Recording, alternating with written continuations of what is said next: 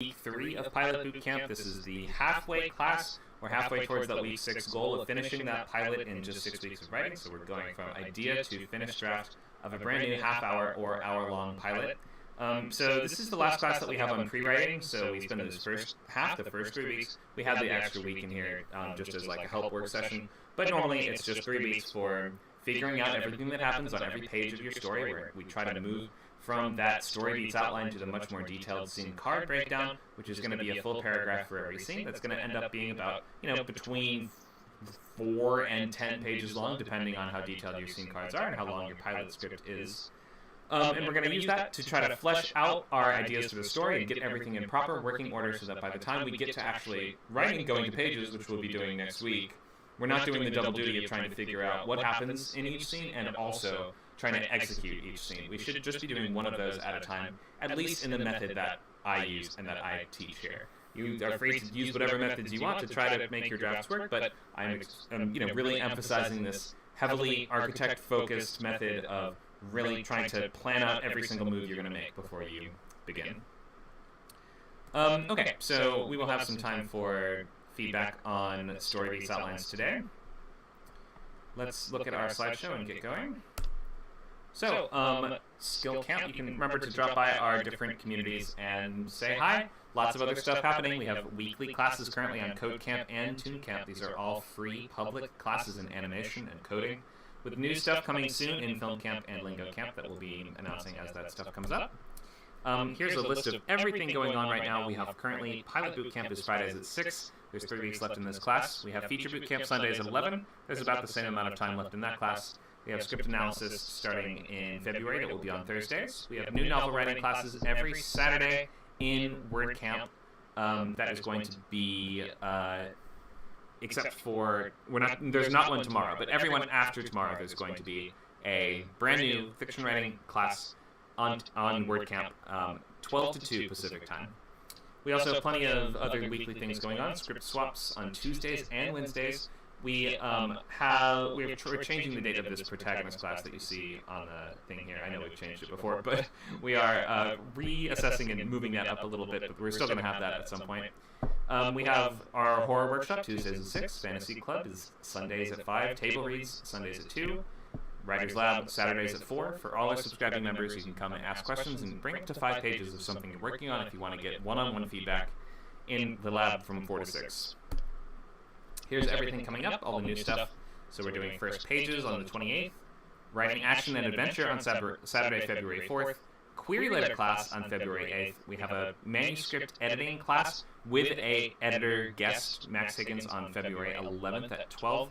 Then we have how to outline a novel on Wednesday, February 15th, and that's all leading up to the start of our new novel bootcamp, Saturday, February 18th at noon, where you're going to write a whole book in that bootcamp.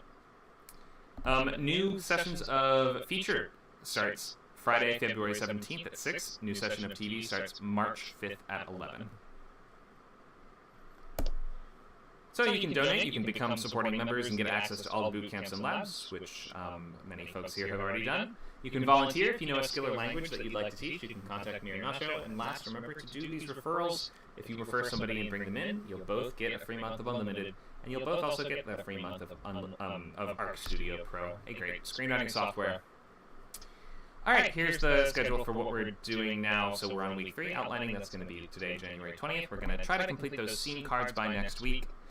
First act is going to be next weekend, the 27th, and from then on, if you're writing half hour, you're going to write 10 pages a week, and if you're writing full hour, you're going to write 20 pages a week, which is just about 4 pages per weekday, so I think you can manage it. It's going to be about 2 pages per weekday if you're writing half hour. So second act, February 3rd, third act, February 10th, and that first draft entirely is going to be completed by February 17th. Questions on the schedule?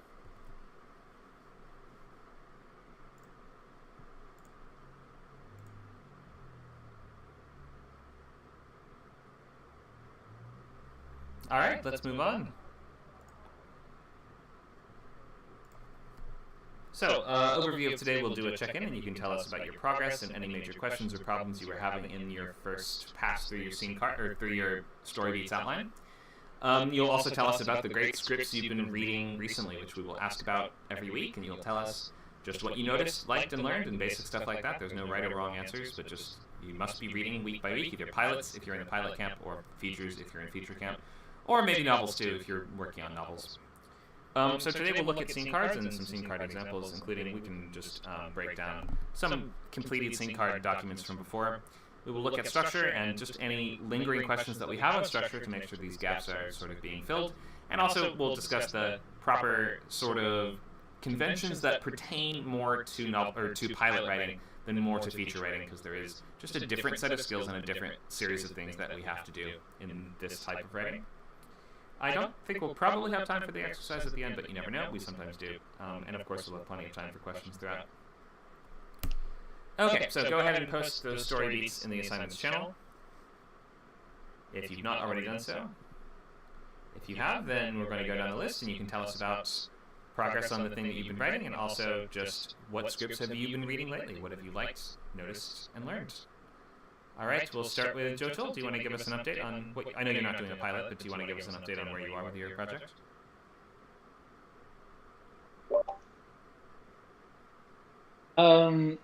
I don't have a great answer for this at the moment, unfortunately. I'm sorry.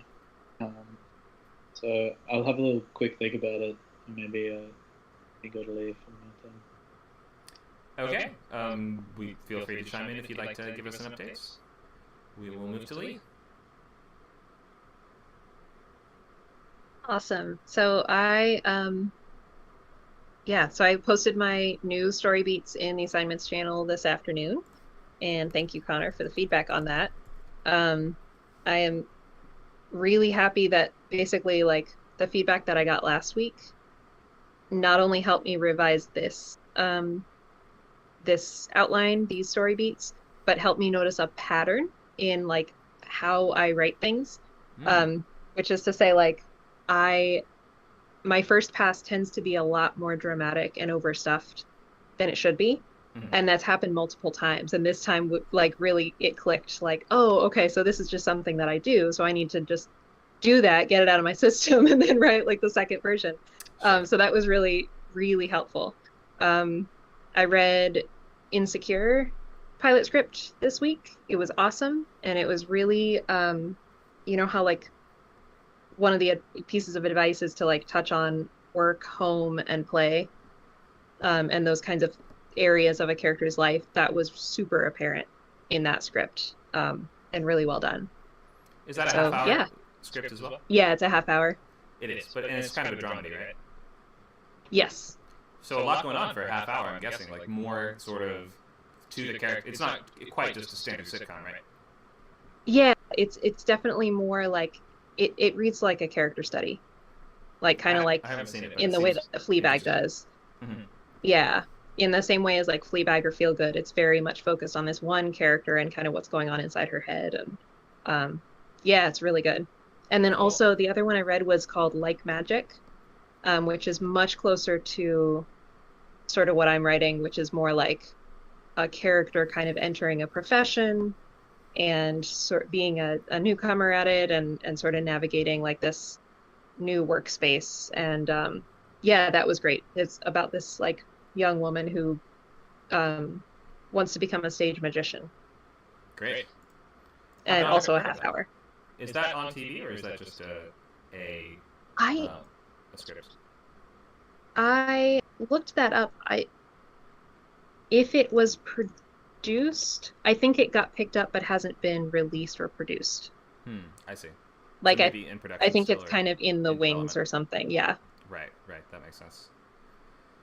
Cool. Well, great that you're reading multiple things per week, and you should keep that up and keep reading, keep noticing and taking notes on things. You don't have to like write a full essay on it every time, but as long as you're reading stuff enough that you can talk about it, things that you notice or learn, then that's all great. And yeah, your story beats outline was looking a lot stronger. I noticed the main character is a little different in this pass through, and you're saying that she sort of has more of an attachment to this job now. Is that right? Yes, definitely. So she's passionate about plumbing. She's passionate about she pissing off her parents, and she sees plumbing as a way to do that. But it is a stronger she has a stronger connection to the profession for sure than she did in the last version. Right. So he's like, now she sees her new boss as a mentor who's going to get her exactly where she wants to be. It's not just like any job that I need to make the ends meet, right? Exactly. Yeah. I see. Yeah, that's probably the right move. Just because Awesome. if your job ends up being really hard, most people, or like way more difficult than you expected, most people would just get another job. So Right. we have to ask this question of why would your character bother to stay? And often having characters that care about what they're doing and care about the situation that they're in are almost always going to be stronger because we believe and we buy and we invest in the idea that they need to continue what they're doing, even though it has revealed itself to have unexpected challenges. Awesome.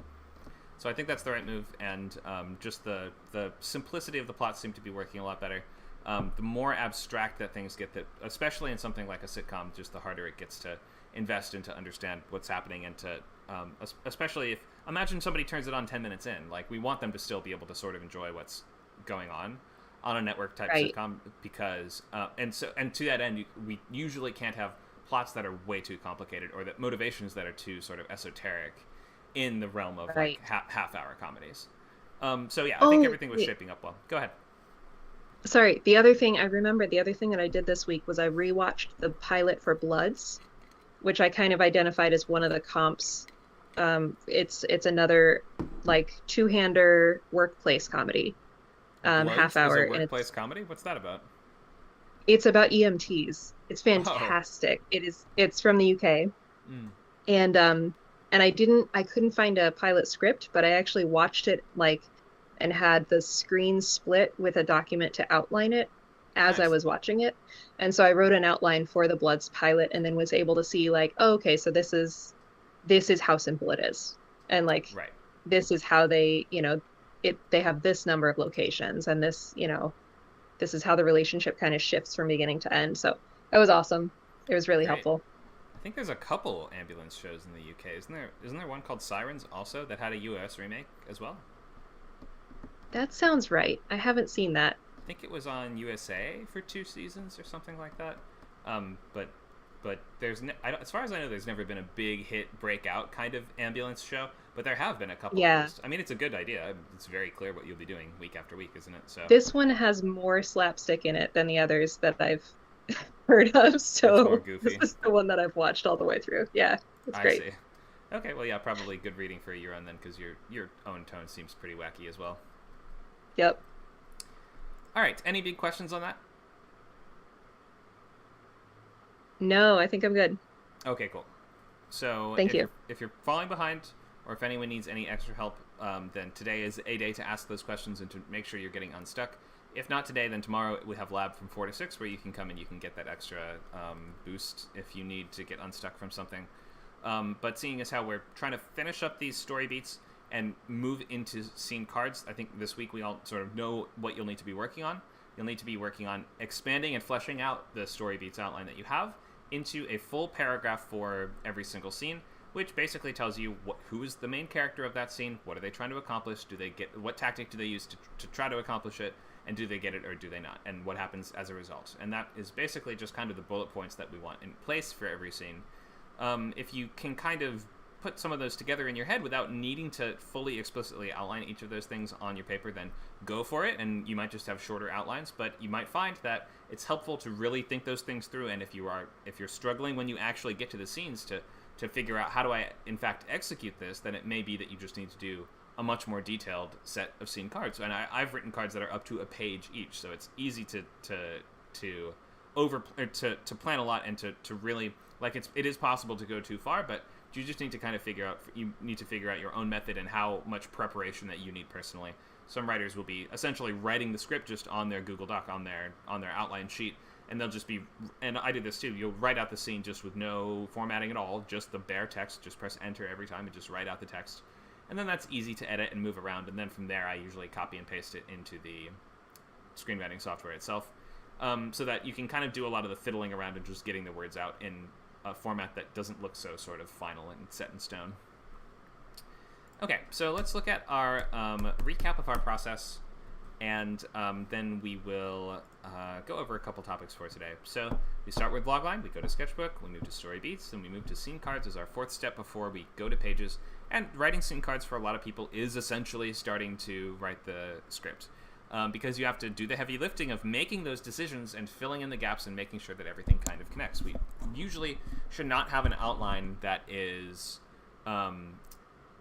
that has gaps in it, or that has placeholder scenes, or that has moments that are like XXX insert scene here. You can have a couple things like that, insert technical details here, insert explanation here, insert conversation here now and again, but usually we should at least know what each conversation is going to be about and what the results are, even if we don't specifically know exactly how we're going to boil down to the topic that your characters are discussing in that scene yet. So we want to fill out every single card for every scene. So we're going to be marking out a full document using Google Docs is what I use for this, like the same we use for all our pre-writing and outlining. And we're going to not only describe what happens in each scene, but we're going to use this with in conjunction with marking out our story beats. So we're going to know, for instance, our intro sequence is going to be the first 3 cards or whatever, and the midpoint is going to be just 1 card, and things like this. We also know the page numbers that we anticipate it to take place on, meaning that you're going to have to kind of make some choices, and also just some of your best guesswork as you move through this, because almost always you're going to run over your estimated pages, and almost always your final page count is not going to be exactly what you assumed that it would be at the start, until you're doing this for many, many, many years and just doing a lot of the work of figuring out exactly how many pages each moment or each scene would require. But this makes a good time, and in this pre-writing moment, in this last week of pre-writing, to go through and you're sort of ascertaining how much space you'll need you're assessing how much space you'll need for each scene, how much page space and how much story space. And to that end, you can kind of go through and assign importance levels to each scene by giving them more or less room, which is not to say that a 1-page scene can't be extremely important and a 4-page scene is always important. But I should say actually a 4-page scene should be extremely important, because that's like at the upper limit of the number of pages that you want any one scene to take place on, for the most part, with occasional exceptions. So generally we're starting at 1 page is like your shortest outlined number of pages for a scene card. 2 pages is sort of your standard scene, and you can assume if each scene, if we're just ballparking it, each scene is going to be 2 to 2.5 pages long, more or less, if you're just looking at the flat math of it. In practice, it tends to alternate a lot between a 2-page scene, then a 1-page scene, then a 3-page scene, then 2, then 1, then 3, then 2. But usually we're alternating between 1, 2, and 3-page long scenes. So as you're going through your scene cards, you must be marking out, this will be page 1, this will be pages 2 to 3, this will be page 4. And you're just assessing as best you can how much space each of these moments will require. The cheat sheet that I've used in the past before is we start with assuming that a scene will be 1 page. Then you assess, does it have lots and lots of talking, or is there a lot that needs to be discussed, in which case we add a page. Then you ask, does it have lots of action, like characters moving around and doing physical things in the scene? Action doesn't always just mean, crashing cars together, but action could mean characters moving around and doing research in a library, or whatever it is that they're doing, just a lot of moving around and doing stuff. That's going to add a page as well. The last thing that's going to add an extra page is there's more than 2 principal characters that need to have important story moments here. So that's 4 things that we can look at. Each of those is going to add a page, and that sort of tells us that very few scenes should have all of those things. And we need to be mixing up the kinds of action that we're seeing in our scenes and the pace and the tone in order to create that sense of music and rhythm on the page. Like, not every scene is just the exact same length. Not every scene goes the same way. And scenes shouldn't generally be ending as we expect them to go. So you're going to have the strongest scenes when they end in some kind of unexpected way that pushes us or bounces us like that springboard off into your next scene with a sense of energy and momentum, and maybe sometimes even like raising a question in one scene that you then seek to further answer in the follow-up scene, or you raise a question and then you leave it for a while and you sort of promise us we'll come to answer that question later. This idea of setting promises that you then strategically will work towards fulfilling is really at the heart of what we're doing in terms of storytelling. So the most essential process of writing out the scene cards is in writing out, determining how many pages each of those moments will be, and also just you're taking out all the placeholders that you had when it was in the form of a story beats outline. So anything that was in the story beats that you did not have figured out yet, you must now figure out. It's not a complete set of scene cards until you figured out every scene. But this is all really going to help you so that once you start writing those pages, they're really going to fly out a lot faster, and nothing is really set in stone. You always have that freedom to change these things as you're going or to come up with new cool stuff, but we just want to try to not rely on that. We don't want to leave yourself a space where you're like, I don't know, I'll solve that problem when we get to it. if there's anything that's blank, it should be, I know exactly what I'm going to do, and I'm going to be playing around in that moment, or I'm going to be figuring out my exact path through that scene. But there shouldn't be moments on there that were like, I have no idea what's going to happen there, because that will just run you into a brick wall really quickly. Okay, so we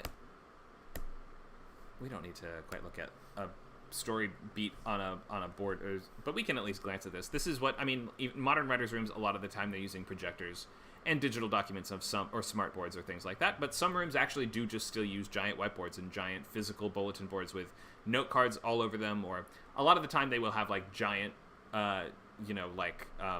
they'll put a big box around like, this is all Act 1, and then they'll sort of fill that in with really tiny writing, and then on another whiteboard they'll have, this is Act 2, and they'll fill that all in. So this physical method of writing things out by hand, or having the writer's assistant do it as they're working in the room, this is still very prevalent, so definitely don't be too surprised if you see this actually in a writer's room someday.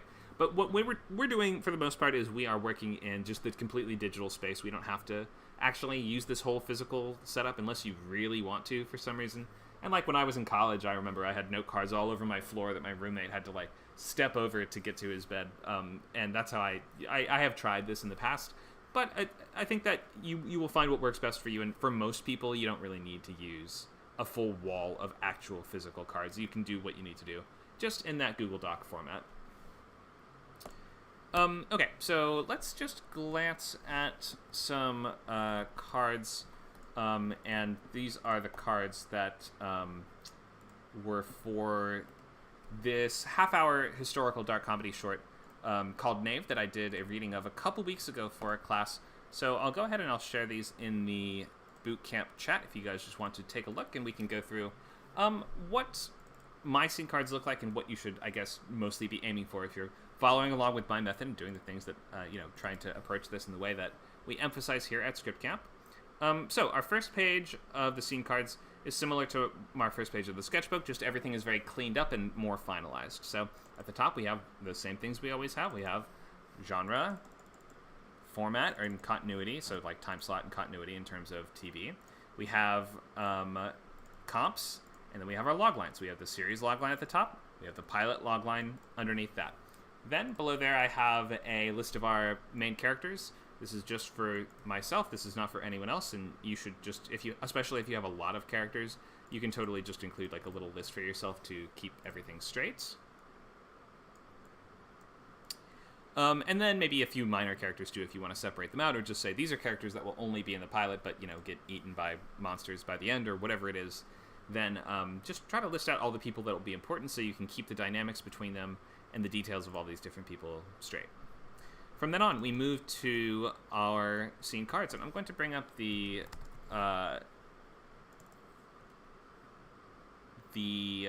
Google document version of this just so you guys can see the outline that I'm building. On the left-hand side of the screen, this is the document outline, and by using Google Docs, you'll have this as well. So you can see on the left-hand side here, we can be using the headings. So our heading 1 is going to give you the biggest heading. That's going to be like the top of an act is what I use for that. Then underneath it, you're going to be using heading 2. And that is going to create these sort of subdivisions, which are going to be your individual scenes. Now, each of the scenes has not only pages that it will take place on, but it also has a title. And I find this useful just because it helps you clarify the point of these moments in these scenes. And you might find that if you're drifting too far from that you're like, oh, that title doesn't make sense anymore, then it could be that the focus of the scene has changed. So I just recommend doing this. You don't have to be particularly artful or interesting with these titles.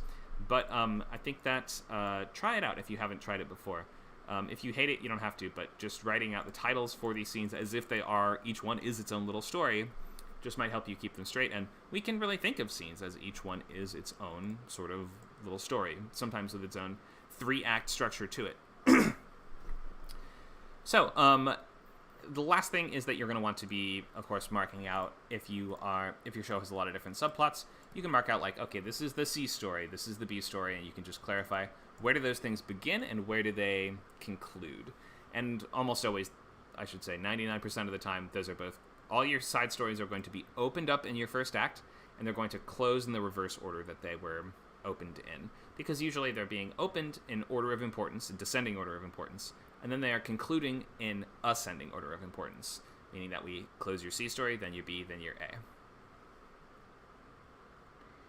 And you can include bits of dialogue or any other fragments from your sketchbook that you think will just help inform the writing of that scene.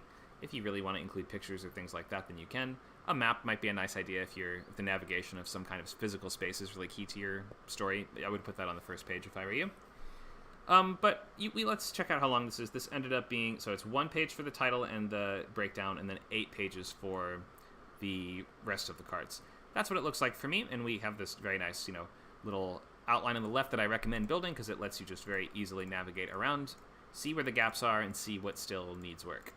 And then when you go to pages, every day that you work on this, you're going to be highlighting the scenes that you are working on. Green means you finished that scene. And if something still needs work or still needs to be changed or you need to just remark upon for some reason, you would use yellow. So we're using the stoplight system, green, yellow, and red. And if you end up cutting a scene, then you're going to want to mark it in red so that you remember that you've cut it and that you know that on your next pass through, you're going to have to, when you're re-outlining, you will delete that scene from the re-outline. Okay, so any questions about scene cards? How we make this document, how we update this or color code this as we're working through it?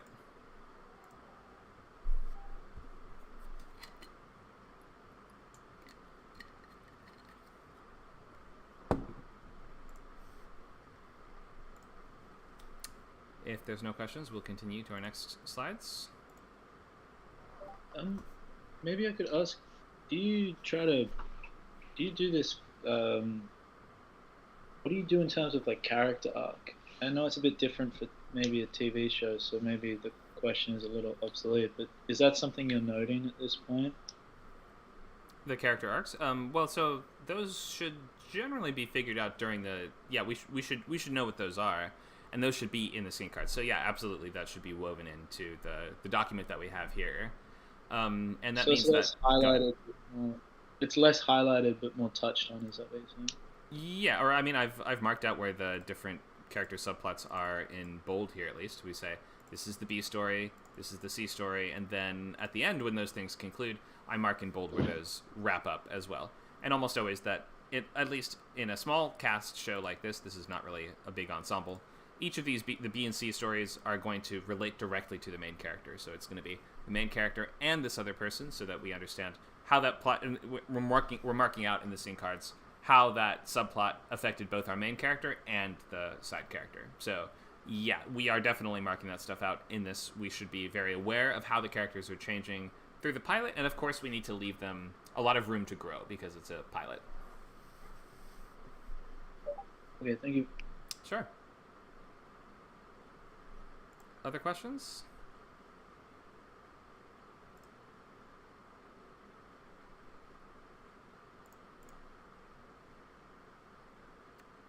Okay, if there's no more questions, we'll go back to our I have a random here. question.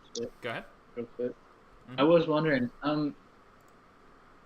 when you're, I guess this happens after you've already fleshed out like a beat sheet, I assume. Is that what you said?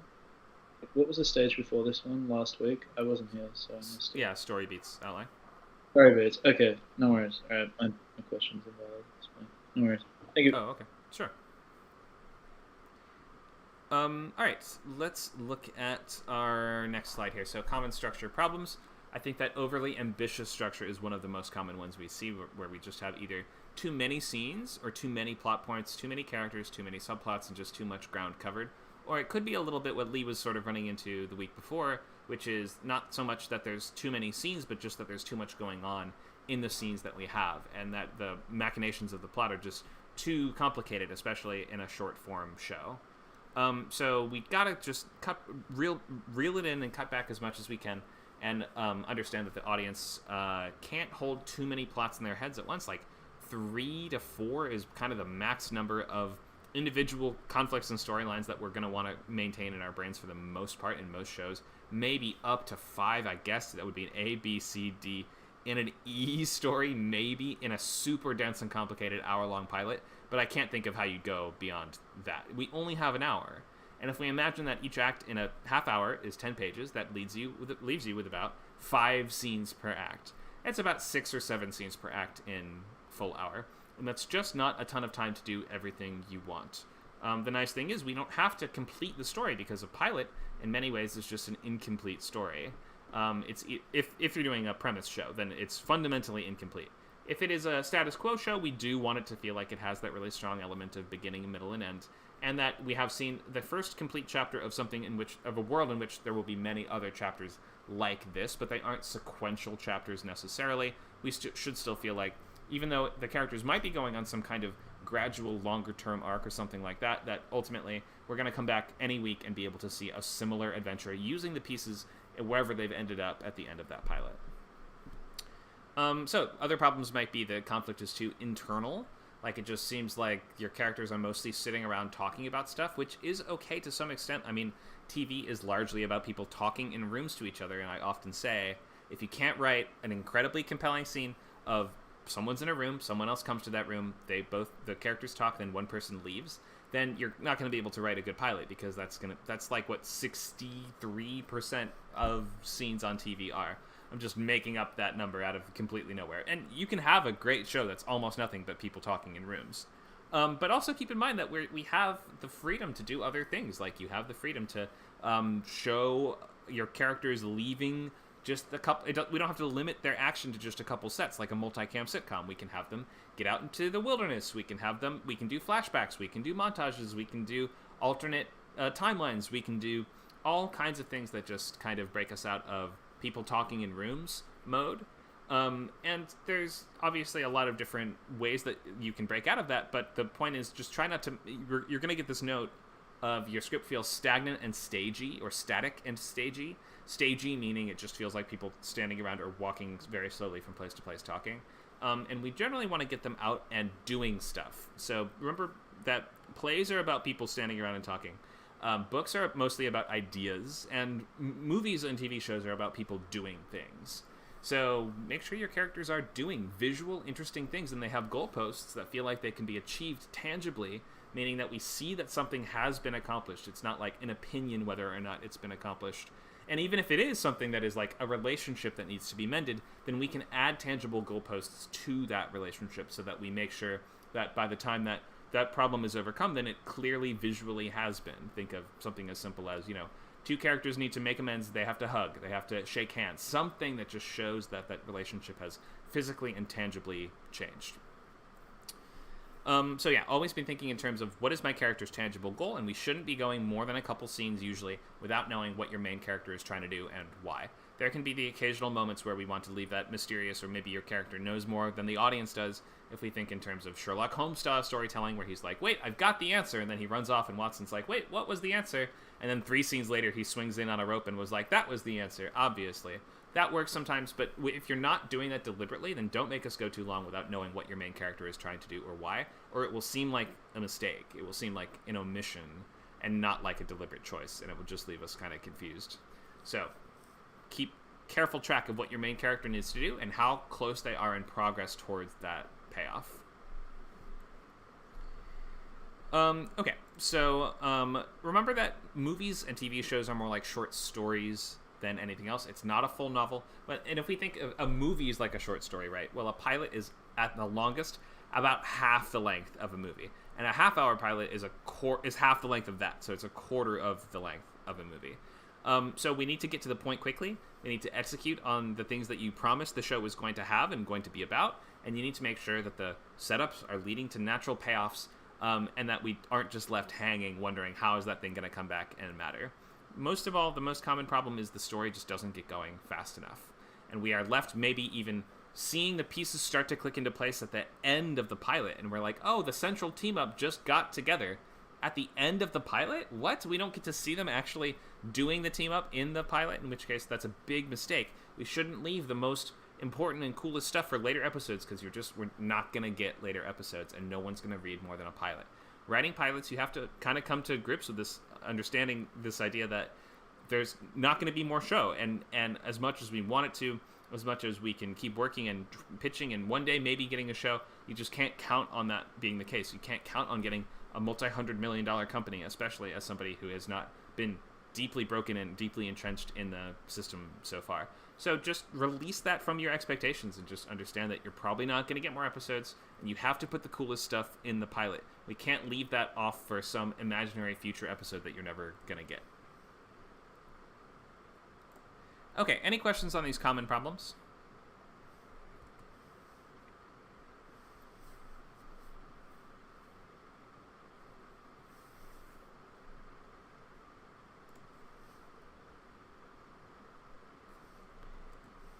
If not, then we will move on to just a couple more. I won't spend way too long on these, and these are mostly for features, but there are still some things that come up in TV shows a lot, and some of the biggest ones from this Blacklist reader is going to be... Ooh, here we go.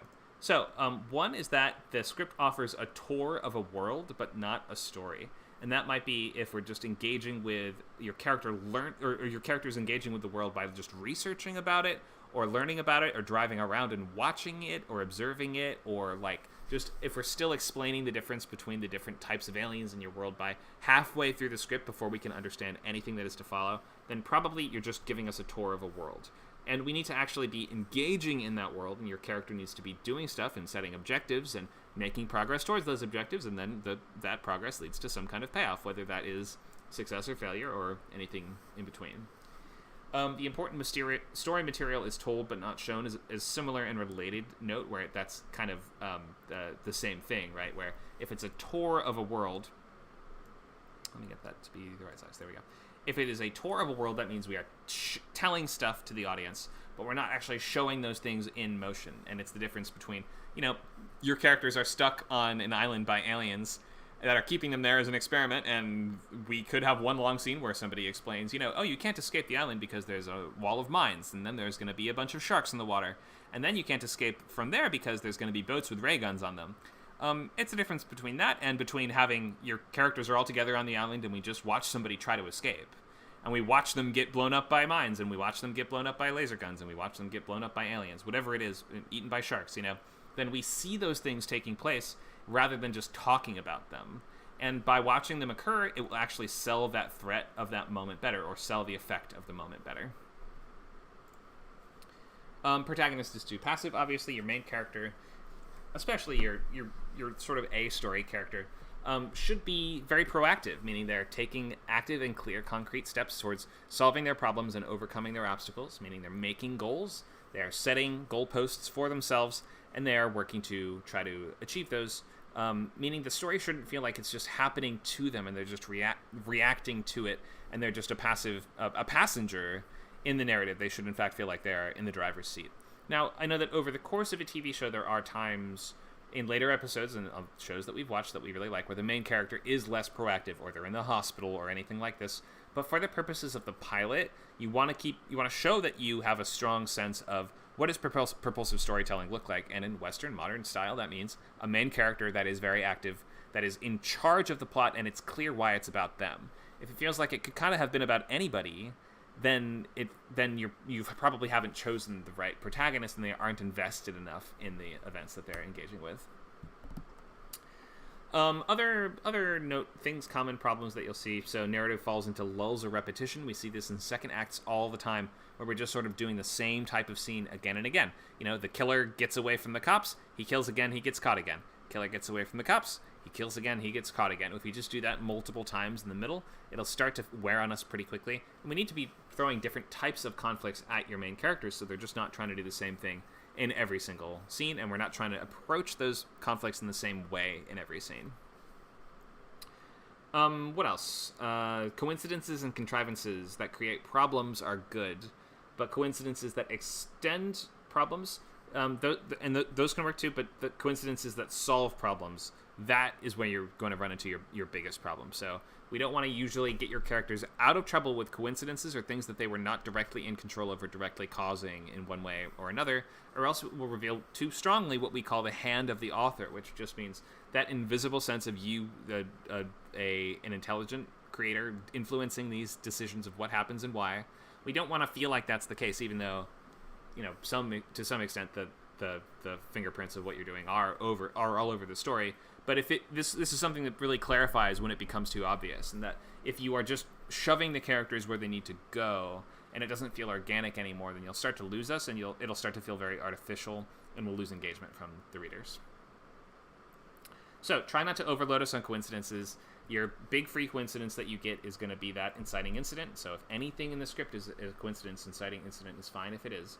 But after that, you sort of, and if your inciting incident was a big coincidence, then you probably have lost, or spent, I should say, a big amount of your sort of, quote, coincidence budget, meaning that we can't really afford way too many more. Unless, for instance, your entire script has that as a major theme, like fate and coincidence being like at the center of what you're doing, like a Coen Brothers movie or something like that. I could see maybe in that case coincidence would play a larger role. A show like Fargo or a movie like A Serious Man is going to be like, well, we're exploring the idea of coincidence and asking this question of, are these things actually coincidental, or is some intelligent creator causing them to happen? Is the devil making them happen? Whatever it is. In which case, that can be a bigger element in your story. But for the most part, we don't want to see major coincidences affecting the plot in a way that helps your character out. It might be that there's a giant tornado at the same time we need to stop the terrorist, which I think happens in Mission Impossible 4. But at least it's set up. It's the sandstorm, right? We see, oh, in this place there are giant sandstorms. So that by the time that it actually happens, it doesn't feel as much like a coincidence, even though nothing that the characters did caused a storm to occur at that time. But just the fact that we have sort of visually tagged it, and we've had the characters remark, oh, we should make sure to finish the mission before that happens. That could happen any time. Then it doesn't feel like a coincidence anymore, and you haven't really wasted any from your sort of coincidence budget. Any questions on coincidence in stories?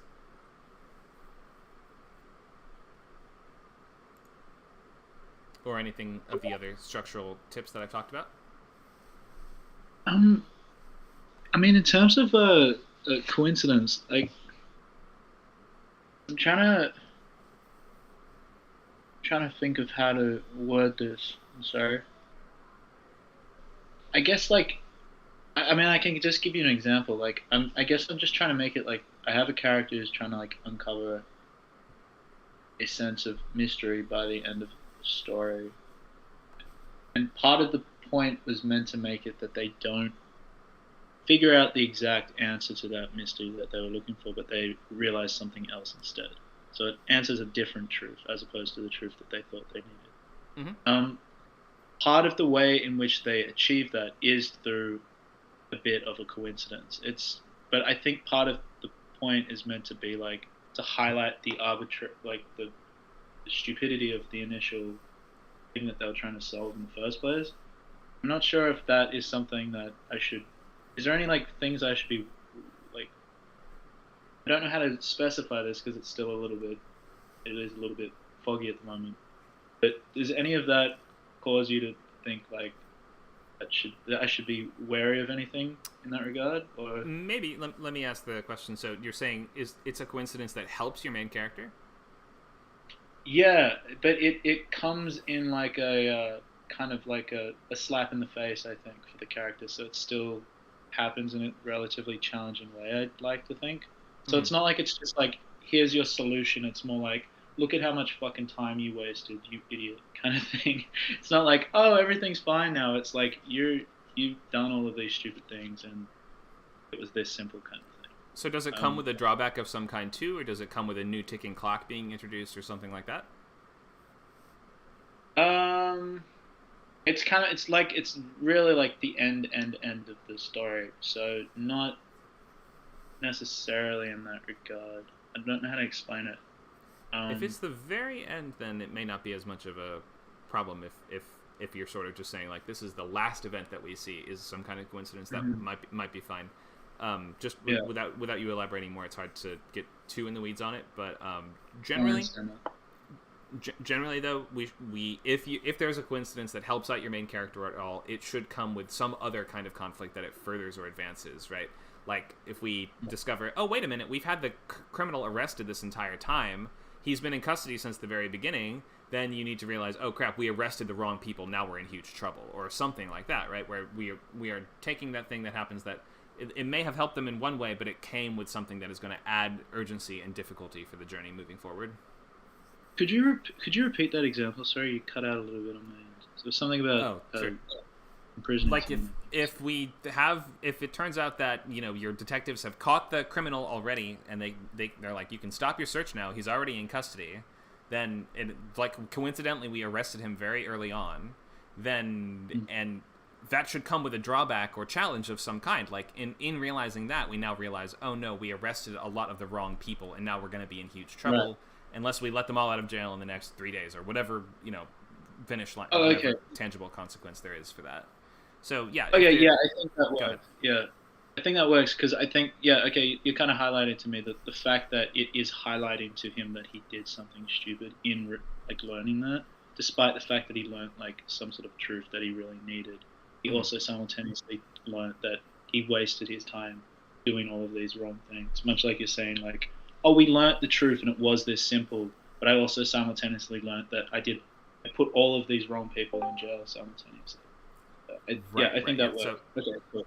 Yeah, I hope that helps. So yeah, if our coincidence is helping us out, then attaching some consequence, some drawback, some negative aspect, or some new ticking clock to it can be the best way to help us use that in the most effective way. Okay, yeah, cool. Okay, cool, because it seems like, like that idea that, like, it comes as, like, a relief, but also a bit of a slap in the face, I think is a good, like, give and take. Okay, cool. Thank you. Sure. Other questions about structure? Any of the points that we've gone over?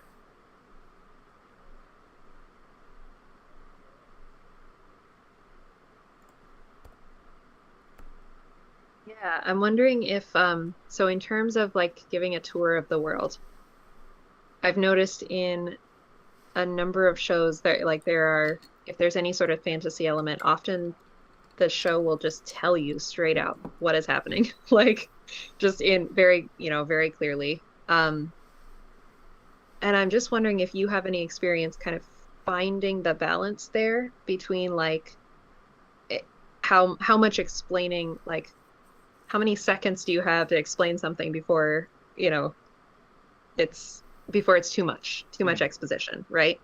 Because like The Good Place, a prologue, obviously. Is that right? Sorry, go ahead. No, sorry, no. I mean like in the context of the show. So like a like blaring example is The Good Place, where Michael is giving Eleanor this tour of the Good Place, and it works because of the context, and so it lasts for most of the episode that he's giving her an orientation. But then there are other shows where it's just like a very obvious line from a side character that says, oh yeah, it's a good thing it works like this, and then they move on, and it's it's just like, okay, yep, this is TV for a second, but I'm glad that they told me, right? Right. Yeah. So good question. How do you balance just exposition if there's fantasy rules, if there's lots of things that we need to know to understand the story? And this is going to come down to the size and scope of the story that you are telling. So half hour, you obviously have half as much or less time than you would have in a full hour to explain things that we need to know. A cold open is often going to be a great spot to hint at what we need to know, and then in the rest of that episode we're going to come back and explore whatever we saw a bit of in the cold open further. But you can see in like there's not just one right answer to this. There's a spectrum of different amounts of explanation that different types of story worlds need. You need to really be giving us as little as you can in terms of exposition, meaning that sometimes when your characters are kind of interacting with and learning about the world and like in The Good Place, you're right, is a good example of this. It doesn't really feel like we are just going on a tour of it. Even though your character is sort of literally going on a tour, it doesn't feel like we're just glancing at stuff as we move through it, because your character is sort of interacting with stuff and meeting people and trying things out and getting accustomed to this new world. So I think putting them in the world and having them interacting with it, talking to people, doing stuff, is going to be really key to making that work, or otherwise they're demonstrating the rules that we know. Have you watched Pushing Daisies? I have not. Is that the one I just read? I think I just read About the pie maker? Yes, I just read the pilot for that. I haven't watched it. Great. Okay. Yes. So you read the script, so you saw that one has a lot of explanation up top as well, right? But yeah, it's because we need that because the gimmick of how the magic works in that show is key to the entire thing. And also just because the show has that sort of storybook vibe to it, it makes sense for there to be a narrator that can kind of help clarify things for us at the very beginning, and to be like, once upon a time there was a kid who could do this, and these were the rules. And that kind of helps us move to the premise quicker, And it allows us to sort of get to the meat of the show faster in a more efficient way. And you'll notice that by the time the first act is done, we have not only gone through the character's entire sort of relevant parts of their backstory. The pie maker, when he was a kid, he lost his dog, and as a result, he learned he could bring things back to life, but only for 1 minute, or else there's terrible consequences because someone nearby will die if he keeps them alive longer for 1 minute. We see that having clear effect, and he's not just hearing about it. We see his mom dies as a result of it, right?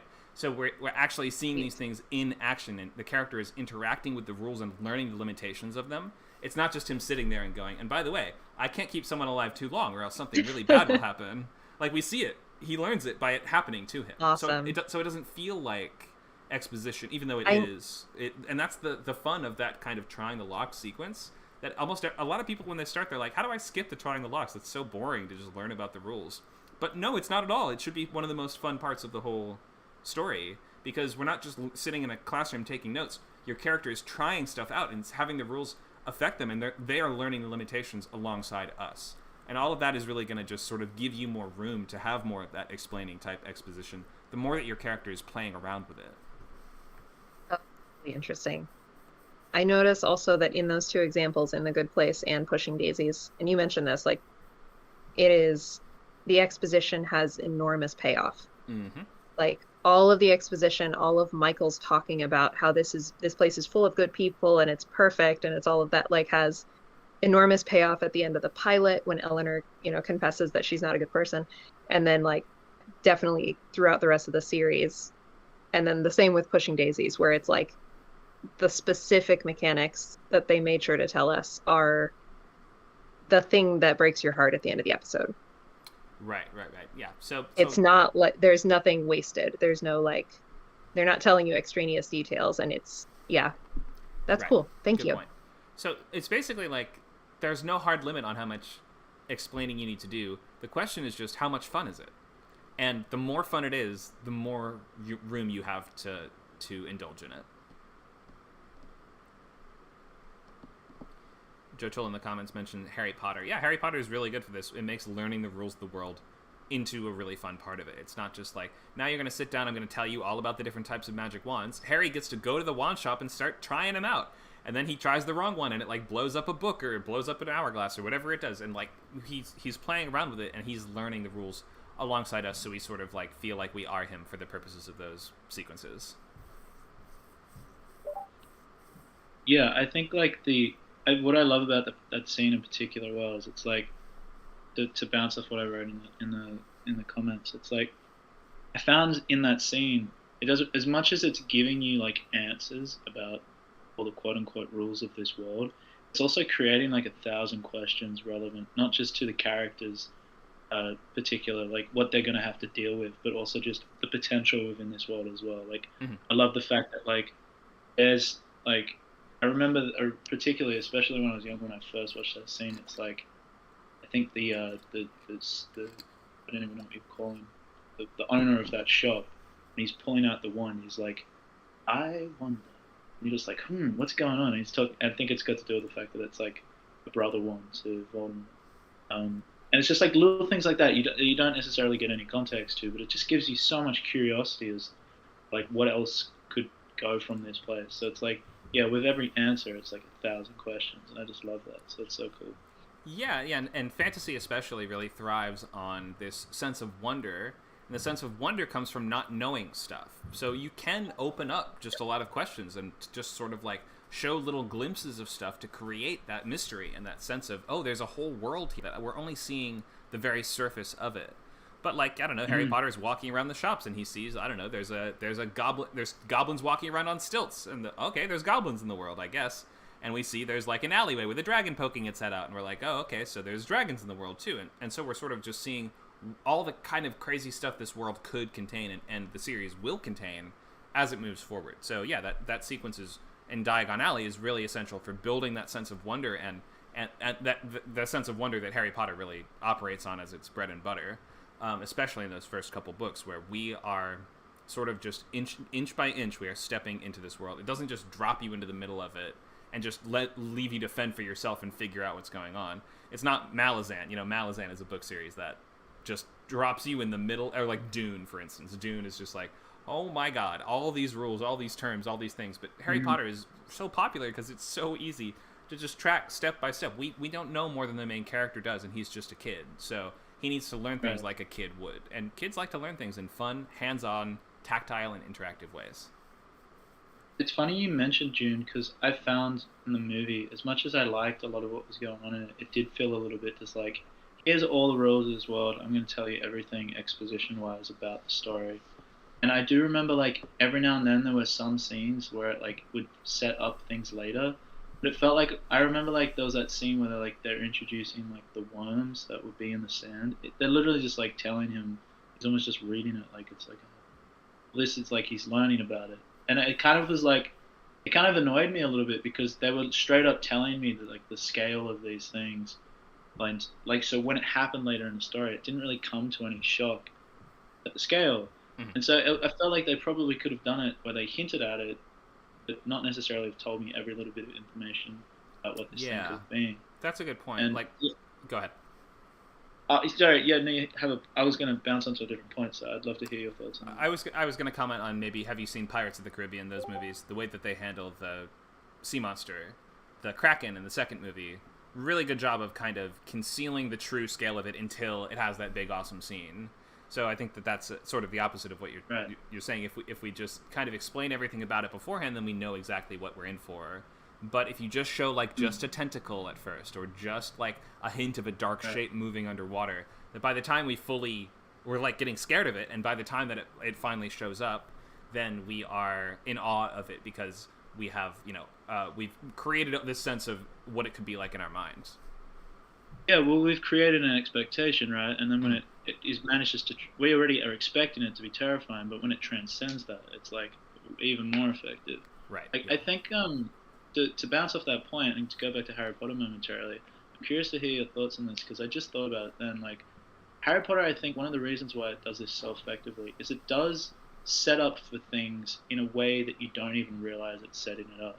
And I didn't just realize this until just then, where I was thinking about that one scene. I was like, there are just the tiniest little things that they hint at. It's like, we don't really know that Quidditch is possible within this world, but we walk past a broomstick as he's walking down, and you don't know that that's later going to come into effect. Much like Hedwig, we don't know the scale of that. We just think it's a cool little thing, but it obviously comes back later. There's also, like, unicorn hair he's talking about that's in the wand, and then later in the story we actually see a freaking unicorn, like, that has the blood and all of this stuff. It's like they just do such a good job of setting up the potential for, like, or making your mind in some sense say, like, ooh, I wonder, like, what that could do, and then they explore those possibilities in really interesting ways that you weren't expecting. Yeah. So, yeah, it's cool.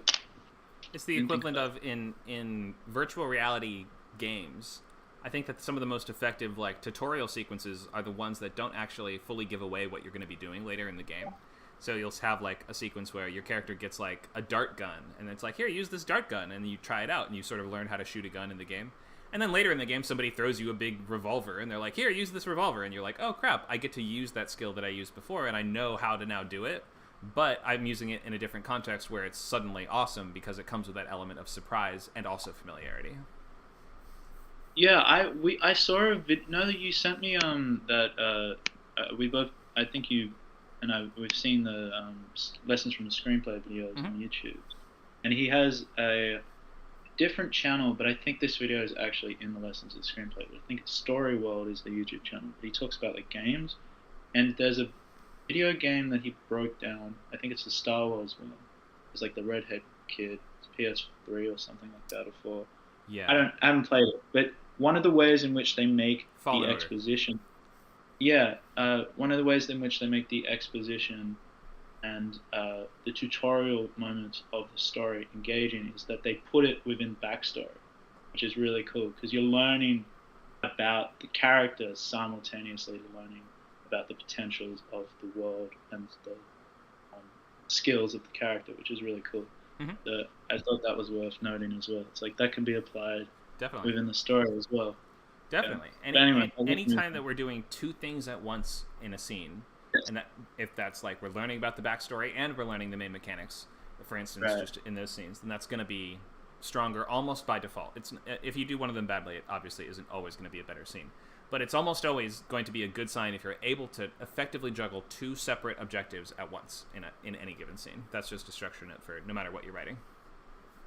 The original Matrix does that really well as well. The first one particularly. It's like that scene where he's like literally, as he's learning about, as much as we get that huge exposition scene of learning what the Matrix is, there's two ways that they get away with it. Is in some sense they create so many questions for like the setup of the story that when it comes time to learning about the Matrix, like you can't wait to get that answer, and this is what you've wanted to hear. Mm-hmm. But it's also done through like, as he's learning the potential of like, he learns karate at the same time, like he's actually doing it. It's like you can jump like buildings. He's actually doing it. It's like instead of someone just telling him, we're watching him like act it out, which is really cool. Yeah, I'll keep going on. That whole sequence in The Matrix is one of the most fun sequences in all of movies, and it's like, yeah, because it feels like you're playing the first few levels of an awesome video game where we've seen what is possible, some hints of what is possible in the world, and now we're getting to play around with it for the first time. So that's why that's just one of the best sequences ever. Yeah, and I just thought about the fact that whole movie is in some sense just an accumulation of just like him slowly but surely unlocking every skill like possible within that like quote-unquote game. Yeah. Yeah. It's great. That's a good point. Cool. I love The Matrix. Okay, let's look a little bit at I feel like have we done enough structure? Let me just open the floor and see, what are you guys still wondering, working on, or struggling with in terms of your story beats outline and moving that into scene cards. We can take a look at some outlines right now and give specific feedback if you guys need, or we can just open it up to questions and just try to solve problems that pertain to your pilots. So let's open the floor and see, what would you guys like to hear about or discuss or work on in your own script.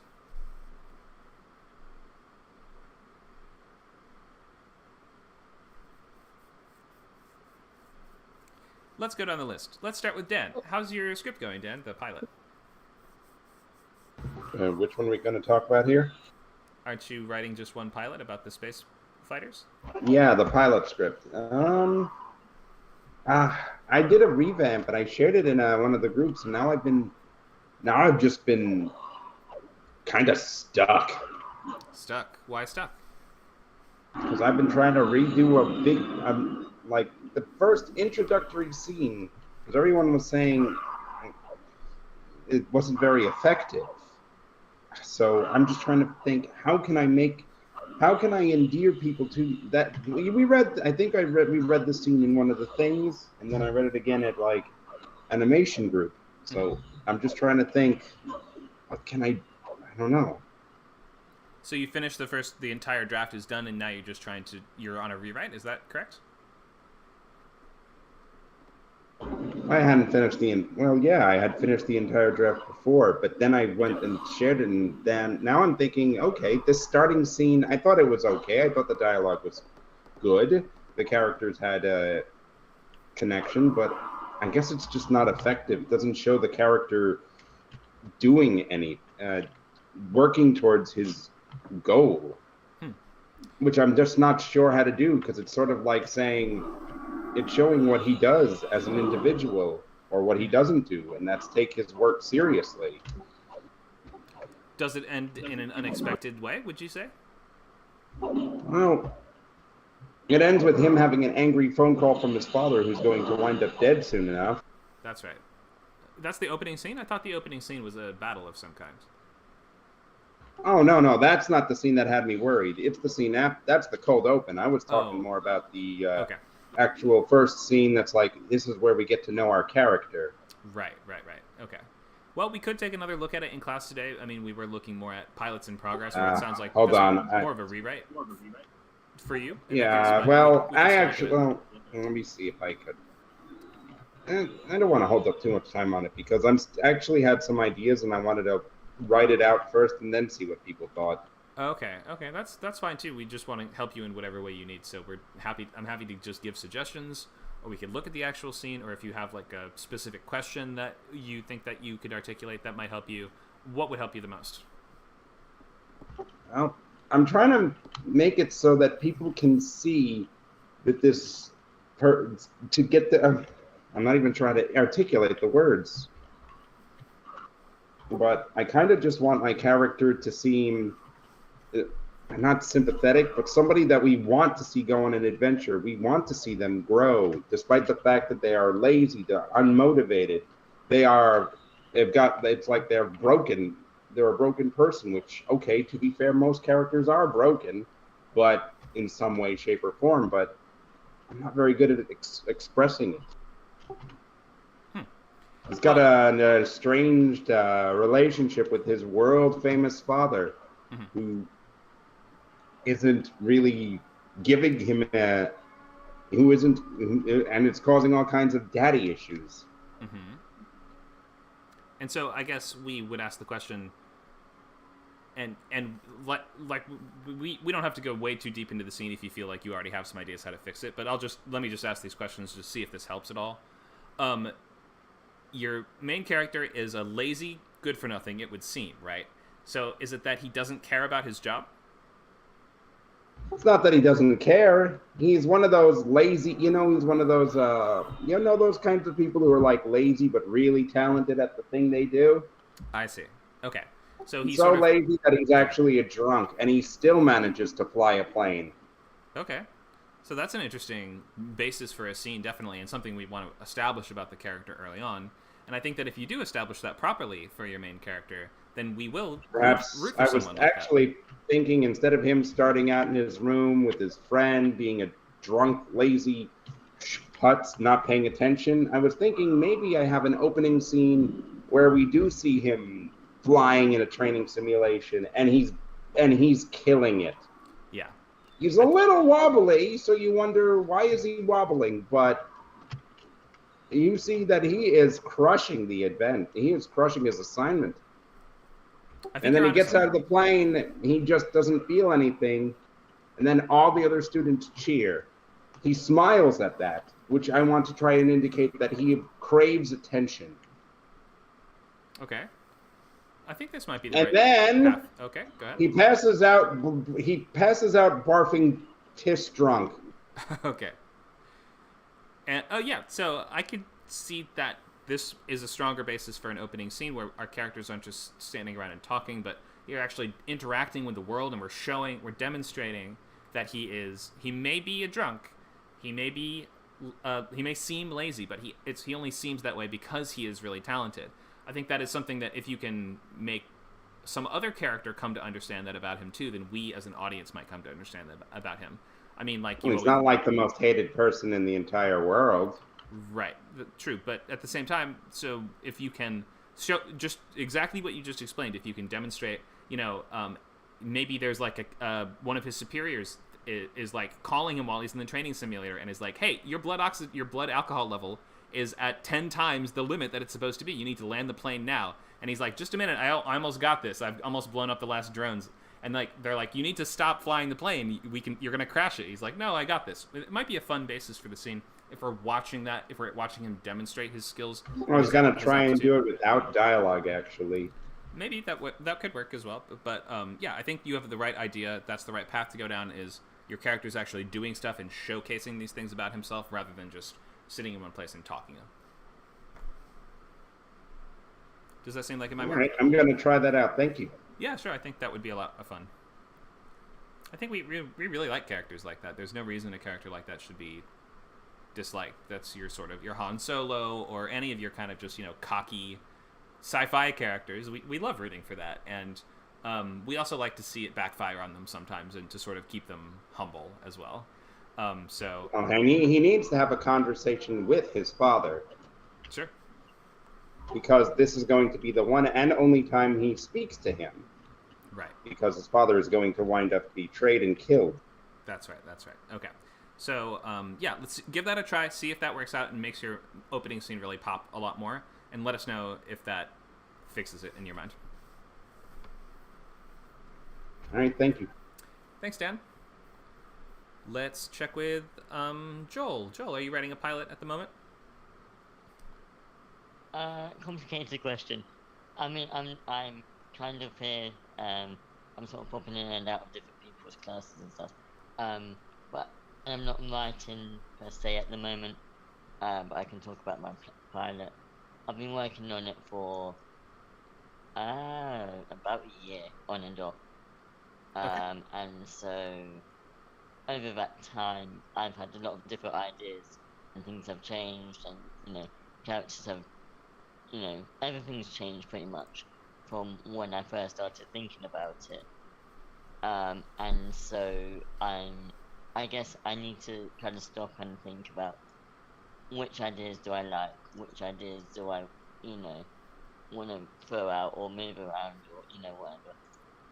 So that's where I am at the moment, just trying to figure out what works in the story, who is my main character actually, because I had a main character, and then, but when I started the pilot, the first character because it's like a group of main characters, sort of like, I don't know, Grey's Anatomy, or not Grey's Anatomy, but one of those sort of, we are following multiple characters.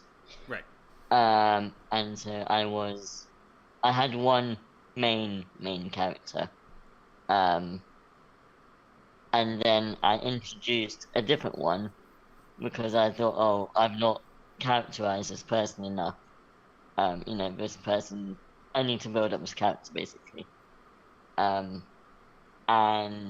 so now it seems like they're the main character. And so yeah, I'm just trying to figure out which character is more important, which character has which backstory, all of that sort of thing. Right. Okay, well, I'm happy to help however I can. I mean, I'm not sure if you have a full set of scene cards or story beats or sketchbooks or log lines or these things. If you do have any of those, I'm glad to review them if you want right now, or if you have any questions that you think might get you unstuck or might just help you move forward. Is there anything that would help you at the moment? Not at the moment because, like I say, it's the first project I ever started working on, and I was trying different software and stuff. So I've got a bit on Google Docs, I've got a bit on various other software, and so I need to, sort of compile it all into one place. Right. Okay, maybe for our next, feel free to come to our next TV Bootcamp, which will be starting in 3 weeks. Maybe going through step by step will help you kind of get it organized. Yeah, I mean, I from it because I've got a lot of, I'm doing a lot of different things, so writing sort of a lower priority, but yeah, I do want to get it finished at some point. Okay, sure. Let me know how I can help. Thanks, Joel. Joe Chul said he's not writing a pilot. Let's check with Lee. So, any last questions on structure? Things that you're struggling with on your pilot or trying to get on track that we can address now? I think I'm always trying to get my head around act outs. Mm-hmm.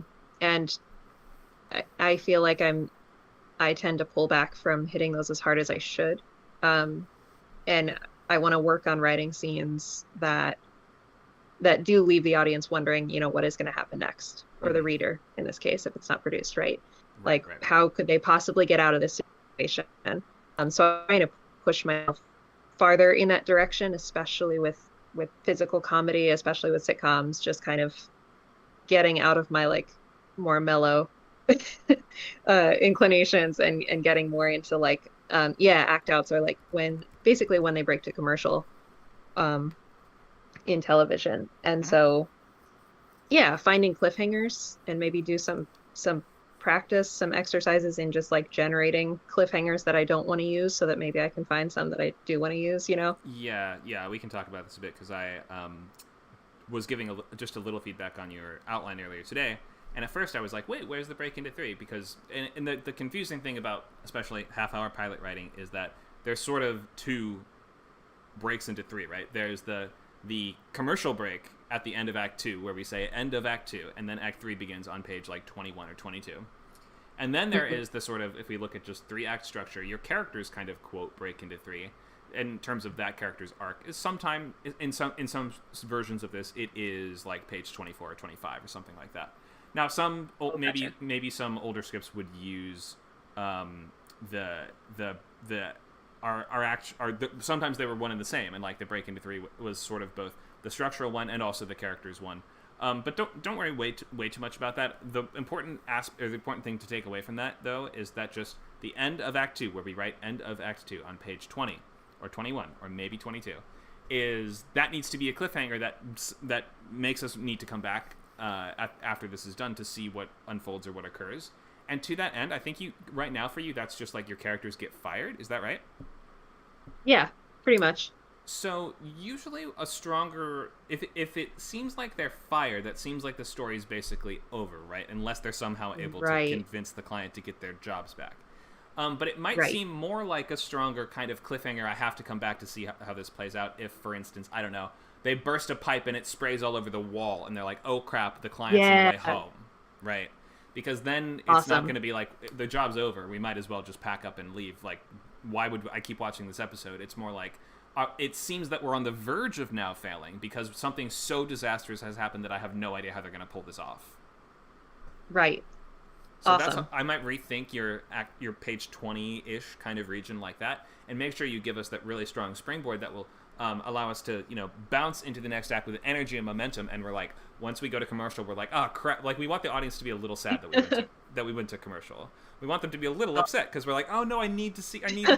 I needed to see, like, we're trying to create anticipation and that sense of like, there's no way they're gonna get out of this one, is there? Yeah. It's making me think of like the in horror and comedy where you're building and breaking tension over and over again, and so it sounds like when you go to commercial, you want it to actually be at the height of tension. You don't want to complete one of those arcs, and then cut to commercial. You want it actually like in the middle of. Does it? I think I've seen it happen in the middle of the scene often, where like you come back from commercial and it's the same moment, or it's like. Oh yeah, we can do that. Where it cool. will be like it's moments later, or we end on some kind of cliffhanger, and then we come back. And sometimes in some older shows, they would even sort of recap like the last thing that happened, wouldn't they? Where they'd be like, "Oh no, Jimmy's gonna fall down the well." Go to commercial. We come back and we're like, "Jimmy's on the edge of the well." Like we sort of like that. That is so ancient. I don't even know if any shows do that anymore. But that feels a little like it's coming from the world of like. Stage, like when a stage show would end its first act and the second act would begin. Sometimes you have a couple lines that just remind us where we are and what's going on. Nowadays we don't really do that as much. But yeah, you're right. You can end in a moment and then return at the end to sort of conclude that moment. It should still feel like that first scene has like it should feel like that cliffhanger is the end. I guess it shouldn't feel like we've split a scene in half is the only thing. Like it can be in that same space or that same moment, but it should still be like this first part of this conflict has definitively ended. Now this is the sequel to that last part of the conflict. It shouldn't feel like we're halfway through something important. That it just feels a little cheaty if you leave us on cliffhangers, especially if it's like we open the door, cut to commercial, we don't even see what's on the other side. That's like the moment hasn't ended yet. A better version of that is we open the door, oh my gosh, there's a red present sitting on the doorstep. And there's a key hanging off a tag on the side. And we're like, what does that mean? But then it ends. And we're like, oh, that moment is over. It's not like we've split a moment in the middle for dramatic effect. Awesome. Thank you. Sure. Hope that's helpful just in thinking of act breaks and thinking how to maintain that tension. Leaving us with a question is going to be stronger than leaving us with that sense of, wait, that wasn't done yet. That didn't finish yet. Awesome. That's the difference between unsatisfying and satisfying cliffhanger. Thank you. I always found the like X Factor or The Voice or like Idol or any of those like singing shows or talent shows. They always do that where it's like they'll like really pump up the fact that there's like gonna be a person who's about to go on stage, and then it cuts to commercial right as you're about to see them, or right as they're about to score it. Yeah, they're just as they're about to score it. They're like, all right, what do you guys think? This is The Voice. You're like, fuck. Yeah, reality shows and competition shows are the absolute worst at this. And fans of the genre obviously don't care that much. But clearly, if you're not super into that type of show, that grates on you so quickly. Because it just feels like, what does it feel like? It feels like we're dragging out the drama, doesn't it? And that's what those singing shows are all about. Dragging out the drama. It'll be like one 2-minute song, and like 12 minutes of, and this is where they were raised in the rural Kentucky wilderness, and they spent their whole childhood doing this, and they got this disease, and their parents were like this. And then it takes so long to get to the song, and then before the song begins, cut to commercial. We'll see you in the next. We'll see you after the commercial break. It's so frustrating, and we want to avoid that feeling for narrative whenever possible. I will say though, one of the things that I've realized is like, it is cheesy and it's really freaking annoying, but I do understand why they do it. Like every single singer or person who's about to do an act, right? Even if it's the goofiest thing ever, they'll go into like this, as you said, like 5-10 minute monologue of just like why this thing is the most important thing to them, and like what will happen, and like all of the stuff, right? It's like there's always like a person's like friend has died, or they've got some sort of injury or mental health issue going on. They're never just a normal person. But I think what it does do is it does manage to emphasize those stakes, which is I think what a lot of those moments tend to be like emphasized by. I was going to ask, those moments, it seems like you also not only are you trying to I guess create like a really interesting question with like a cliffhanger, and also like end at the height of drama, but that seems to be emphasized by the stakes, not just externally but potentially internally to your character. Is that a good way of thinking about it, or is there... I mean, it's a bit broad in the way I said that, but yeah, maybe can you rephrase that just a little bit? So the stakes of the character. Go ahead. I guess it's just like, for me, it's like having a character like be about to fall off a cliff never really piqued me all that much. Like, I know the term is cliffhanger, but it's like when it's just some random character at a random cliff about to die, it's not all that interesting to me. But when I get context to this being like, it's not a literal cliff to this person, because I think it's more like why that doesn't resonate with me. It's purely external stakes. But when it's like the edge of a cliff for a particular character, and it's like their cliff, the equivalent of like a plot being designed for a character. It's like, this is their journey, this is their plot, like this is the thing that's going to be an obstacle specifically to them, right? Because it's specifically attacking them. That seems to be the thing that really resonates with me. Like, I go like, oh, okay, this is super important to them. It's not just anyone who is in this position would be suffering. It's like, this is like at the height of drama for them. So I was curious. Yeah, that's a good point. So in order for it to be an effective cliffhanger, it needs to feel like something important is about to happen or could potentially happen. The things that will feel important are the things that matter to your characters, because the things that matter to your characters are the things that will come to matter to us, as long as the things that they want and care about are somewhat relatable and fascinating to us, and it doesn't take a lot for that to be true. So yeah, you have to find the things that matter for that character, and those will make those really effective moments of tension and cliffhanger, because A, we know that this thing would affect that person a lot, and we have clear evidence of how, or we know exactly how it would affect them to have that negative consequence fall on them. And B, it has to be something that we believe could happen. And I think that that's also where we fall in this kind of like lame He-Man 80s cartoon cliffhangers, where it's like the bad guys have them at the edge of an actual cliff with swords. Oh no, how is He-Man going to get out of this one? Well, he does. It's not that hard. I mean, we come back from the commercial. He fights the bad guys and he wins, and it's not like they're ever going to kill He-Man. So we lose that element of tension because we're like, I don't believe that the consequences are real, or the stakes are not actually substantial. They're not really going to come to pass. So that's how certain shows really will... Well, that's why certain shows will really go the extra mile to show you, no, bad things will happen to your favorite characters in this show. And then when we get to those really tense cliffhangers in your Game of Thrones or your Outlander or whatever it is that has, like, we do horrible things to all the characters, Walking Dead, like, all these shows like this, then we are more worried and more invested because we see it's not an idle threat. It's something that could actually legitimately happen to the character and these people that we care about.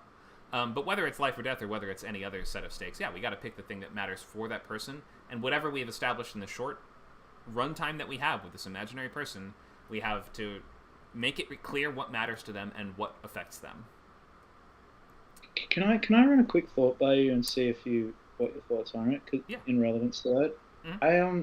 I was just thinking, like, when we were talking about like act outs, I hadn't heard of that term before as opposed to act breaks, and so I thought that was in reference to, as you were sort of saying, within the structure of the story, right? So it's a break into 2 or a break into 3. I am curious because where I was trying to find relevance to those two places and why they might have the same sort of terminology, I was trying to think of like where they might structurally have similarities, and I think I just realized like you were talking about He-Man for an example. One of the things that tends to happen is that there's a lack of believability surrounding the stakes of what's about to happen to this character. But I think one of the things, now that I'm thinking about it, that is just as important as a good cliffhanger is actually coming back into that scene, like at the start, also in a way that like actually transcends again like that expectation, or like actually fulfills the promise that it was making to you in that act break in some way, where it's satisfying. Because I remember in those shows, whenever I watched them, it was always like it was a cheap cop out, right? It was like if He-Man is at the edge of a cliff, right, and you know all of a sudden you're like, waiting, oh my god, what's going to happen? And then when it comes back to the show and he just pulls himself back up and starts fighting again, it's like, well, that didn't really feel all that satisfying. It was a waste of time. Why am I watching this? So that's one thing that I thought was really interesting. The other, I think, is like in those before the break into 2 and before the break into 3, I've noticed that structurally those moments seem to be a choice that the character makes. It's like there's a reason why they have to make the choice, right? It's like they're at a crossroads, and that's usually because the stakes are so high that they have to make a choice to either maintain the status quo in some way or change. And so I think what I realized around like the break into 2, it tends to be an external change where it's like the character decides to go on the adventure, right? That's the change. I'm no longer staying here in this way of being physically. Yep. I'm going to go out and do something different. The break into 3 tends to be where the character usually undergoes a sort of downfall internally, right? Because the story has pushed them to a place of vulnerability, and it's an internal change that they make around the break into 3. That's the choice they make.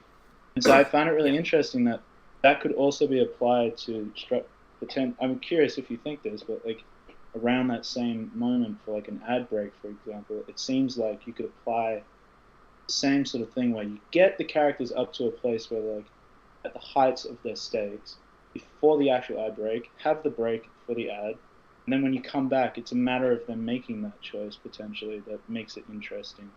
Is that something that you would say would work? You can do it like that, or sometimes it works better where we see, like, for instance, they're like, I have my plan, and then, or like, I know what I need to do. They get in the car and they drive away, and everyone's like, wait, where are you going? And they're like, I'm on my way to do the thing. We may not know what they've chosen yet, or we may not know what exactly is going to be involved in their plan yet, but just seeing that they've made that choice and we're sort of left in suspense of, oh god, what's going to happen now, can work as well. But you can also do the thing you've mentioned, like there's not one exact right way to do it.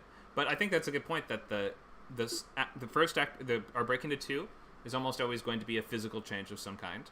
And then the break into 3 is going to be that character making that internal or mental change. That might also come with some kind of physical change attached to it if it's an action-adventure-based story. If it's not, then it may not need to. But it's going to show them changing their mindset and also doing something that they never would have done if this story didn't happen. That's a really good point. I didn't think about like the plan, and I've always thought about the break into 2. Like, kind of that moment is, what the Triangle Locks is almost like saying, that's like the equivalent in like a heist film where it's like they're sitting around and saying, this is what we're about to do. And then the break into this is what we think we should do and we're going to do. And then the break into 2 is literally them choosing to go ahead and doing it. And then the second act, those premise scenes, are them doing the thing that we want to see. That's a really good point, because it seems like, and I think you're right actually, it's like instead of waiting for the end of the ad to then have them make the choice, another way is just tell us the choice that they've made, and then you can just go straight into them acting out that thing the second you get back in the ad. Yeah. Okay, cool. I think very rarely should we have a scene where a character says, I'm going to do this, and then they go and do that, and it plays out the exact way that they said it would. Right.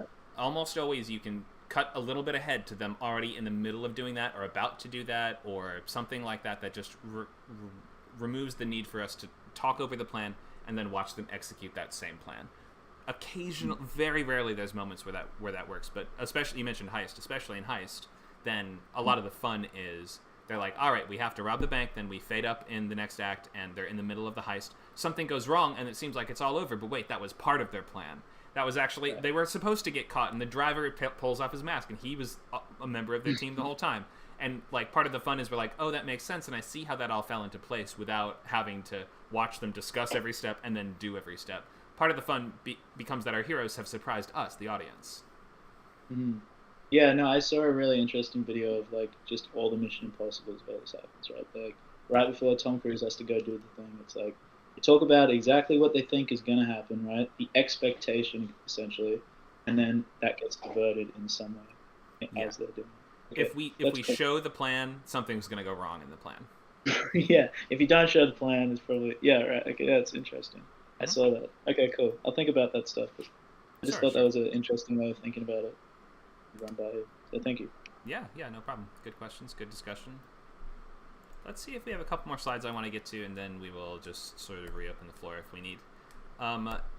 So I mentioned this weird stuff, and I know this is kind of that. I'm going to put like a little icon around this section of the half-hour pilot, just because this is such strange territory considering that, and I might even reformat this structure diagram at some point for half hour, just because we have that weird thing of like, okay, our break into 3 is page 20, but then sometimes it's like we don't actually get to your character's break into 3 until the end of the Pit of Despair, like it could be page 25.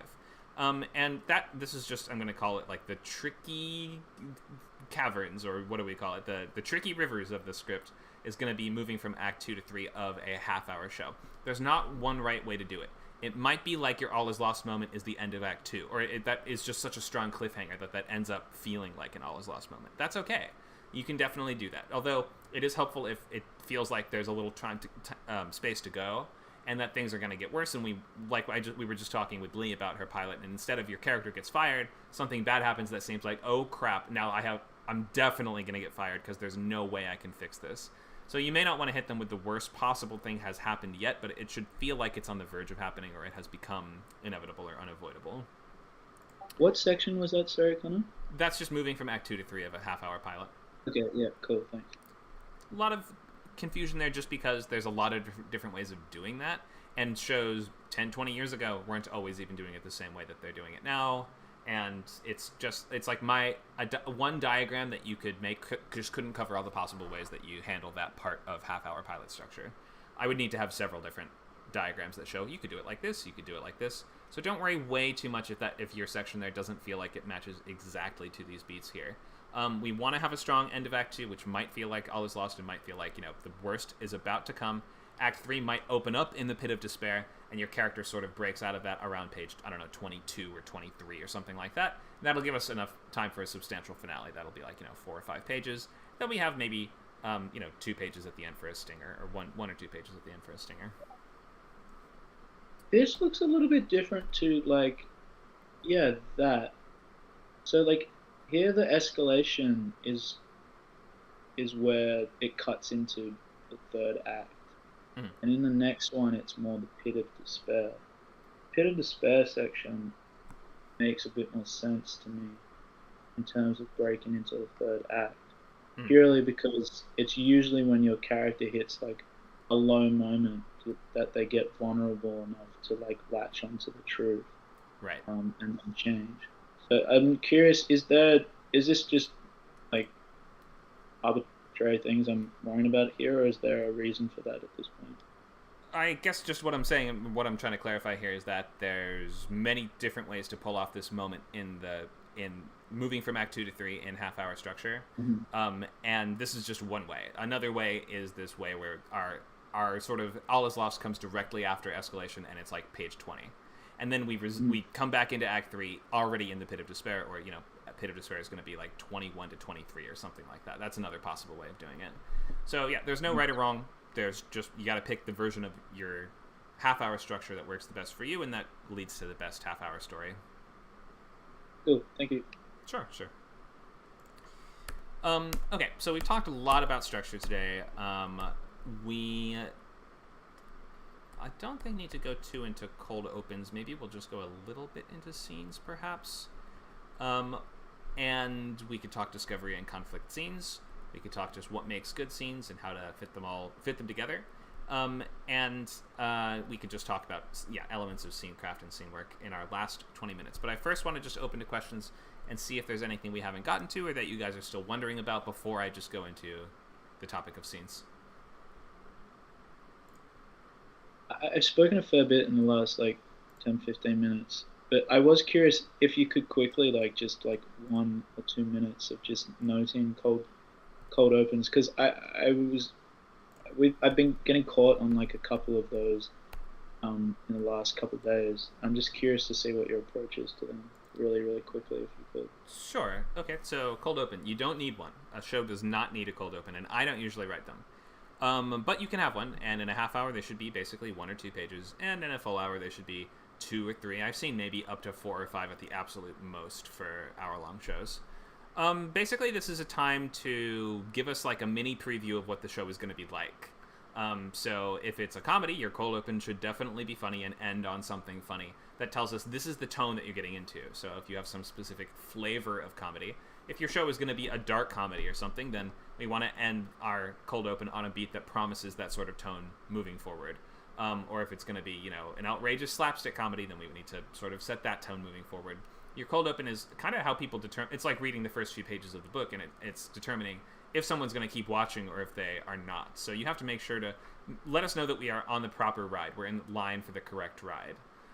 So make sure it was representative tonally of what is about to come, and it is going to be something that can stand on its own. Or imagine that if somebody just watched that, then we want them to still come back and watch the rest of the episode, because what happened in that cold open was so good, so funny, so scary, so interesting, so intriguing and mysterious that they have to come back and see the answers to those questions. So it's also about setting up questions that you will answer over the course of the first act, perhaps, and also questions that maybe the whole show will seek to answer. It's going to be putting those first few dominoes in motion that are going to start to tip over, and it's going to act as that kind of the hook. It's going to hook us into the show and make us say, you have to keep watching if you want to see where that goes, or what the answer to that is, or why that happened.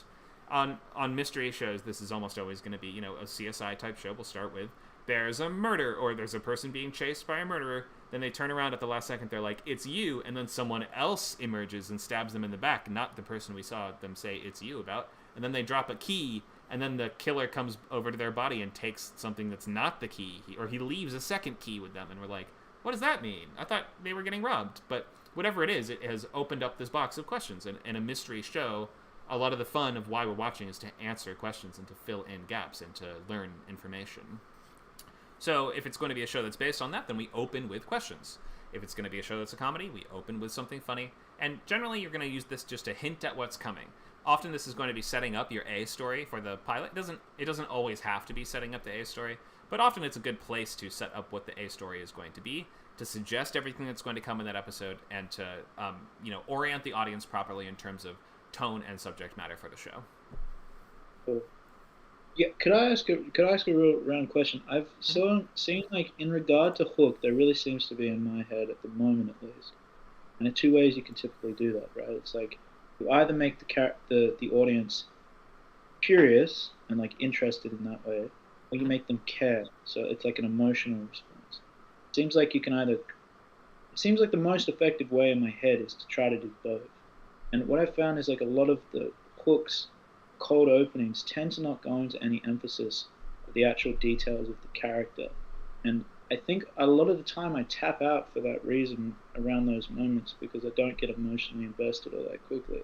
So I was curious if you think that's something that's just, maybe more of a me thing, but I have heard some really great breakdowns of one of the great ways you can hook an audience is to emphasize your characters' internal conflicts. So really quickly set us up to their desire and then the fear, and that's a good way of it's one of the reasons why I think backstory always gets to a degree when kids are really young and something traumatic happens, it constantly gets used by people like Disney, right? It really sets up context to why the characters are the way that they are, and it immediately makes you care about them.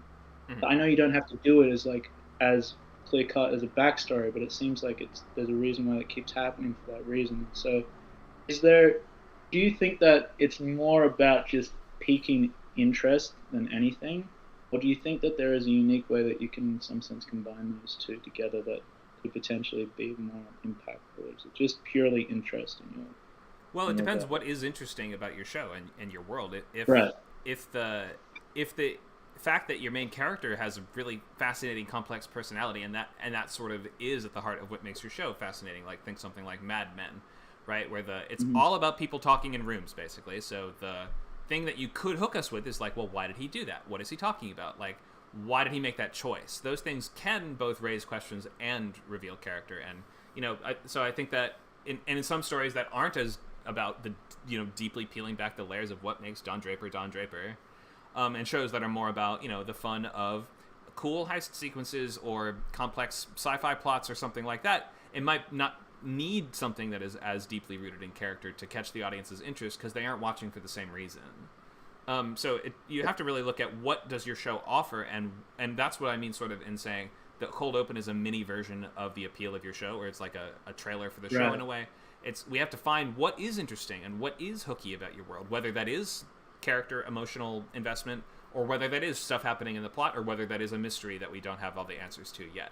So you need to kind of just identify what is the central thing that could hook someone for your show, and you have to use that to do it. It's not like there's going to be one size fits all that's going to work for every Cold Open, but you're right, you can definitely do both. You can raise questions and also reveal character at the same time, but sometimes you can just do one or the other, and that will and depending on what your show is good at and what your show, the ingredients that you're working with, sometimes that'll help you pick one or the other. That's a good point. Yeah, because it seems like in some sense it's like the difference between giving answers up front to your audience and saying like, this is why you should care, and then going into the story that way, or it's withholding answers and making them create questions in some sense. And okay, cool. All right, I'll keep that in mind. Thank you very much. That was all I really wanted to ask about, so thank you. Sure. Good questions. So Lee mentioned maybe talking about types of scenes in our last 10 minutes here, so I'll get to this and we'll just touch on conflict and discovery scenes, which is basically a distinction that I have made. I'm not sure if other people talk about them this way. A lot of people talk about every scene as a conflict scene, but I think the easiest way to break this down that I have done in the past is a scene's going to have substantial character conflict or it's not. That's not to say that every single scene needs to have tons of conflict. In fact, they don't. Most of them do. About 75 to 80% of your scenes are going to be conflict scenes. We can define those or break those down as someone wants something, they attempt to get it, they get it or they don't, and that transitions us to the next moment. Discovery scenes are the other types of scenes, and if that is not the case, if we don't have character wants something, tries to get it, and gets it or doesn't, then it might be a discovery scene, in which case we might be using this to establish or convey something to the audience. We don't necessarily need any characters in it or any words spoken. We could just show stuff happening. We might think of these a little bit like informational scenes, but it's more active than that. I call this discovery because imagine that the audience is kind of the main character in the scene, and they are actively learning something. And we're telling the audience, or they're discovering something, I should say, that they don't already know. And that might be as simple as, your character seems to be like a nice stay-at-home mom, and in our first couple scenes, and then, I don't know, maybe your act break is going to be, we slowly phase through her wall, and there's a bunch of, people chained up in her basement. And we're like, oh my gosh, what happened there? We thought that she was so nice. It turns out she's a serial killer. Whatever it is, but the whole scene might have just been, I don't know, we slowly move through an air vent until we find her prisoners or something like that, right? Is there a conflict in a camera moving to a place? Not really, but there's discovery in it. We're learning something. Anytime the camera is just doing something on its own, it's sort of like, it's often a discovery scene. Or maybe a character could just be doing some research in a library and they find out some shocking truth. That might be a discovery scene as well. It can include emotion. It absolutely can include emotion. I mean, if your character is doing some research and they learn that their mother was a serial killer, for instance, to stick on the same topic, and there may not have been a substantial conflict in them reading a book and finding out that was the case, but once they learn that, once they discover that, that's going to be a shocking moment for them, and we're going to watch them react, and maybe they, I don't know, throw the book off the table and burst into tears. Whatever it is that they do, it's going to be interesting, and it's going to be intriguing, and it's going to include emotion and make you continue to invest in that story, and that still is a step in the ultimate journey that character is making, even though it didn't have substantial conflict in it.